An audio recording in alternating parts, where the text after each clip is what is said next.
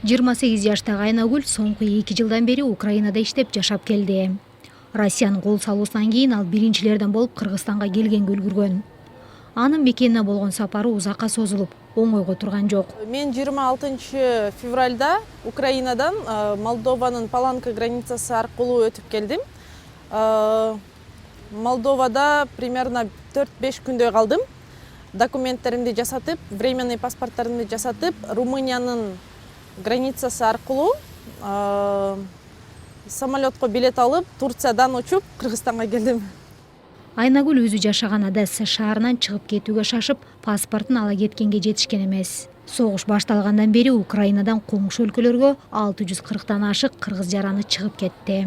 Алардын ичинен 172 жаран Кыргызстанга келишти. Жалпысынан айтканда биздин жарандар Польша өлкөсүндө турууда, Чехия өлкөсүндө турууда азыр, ошондой эле Венгрия өлкөсүндө турууда. Ошондой эле бир азыраак сан Молдовадан Турция аркылуу келишүүдө. Ошол эле убакта Украинанын ар кайсы шаарларында ушул тапта дагы 68 кыргызстандык кала берүүдө. Аларды эвакуация боюнча иштер уланып жатат. Мына азыр сиз чалаарда бир жакшы кабар болду. Кагылыш болуп жаткан Варзель шаарчасында 2 күндөн бери дайынсыз болгон бир үй бүлө азыр байланышка чыгып, дени сак экендигин кабарлашты. Алар буга чейин 2 жолу уюштурулган гуманитардык коридор менен шаарчадан чыга албай калышкан. Украинадан качкан кыргызстандыктардын көбү ушул күндөрү Чехияда.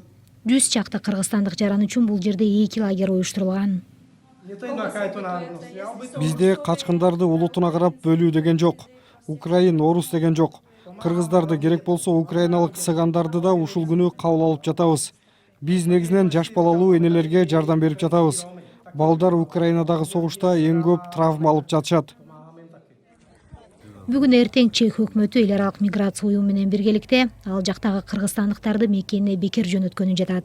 Чехия качкындарга карата кайрымдуулук көрсөтүп, ошол эле учурда алардын өлкөдө калып калуусун каалабайт.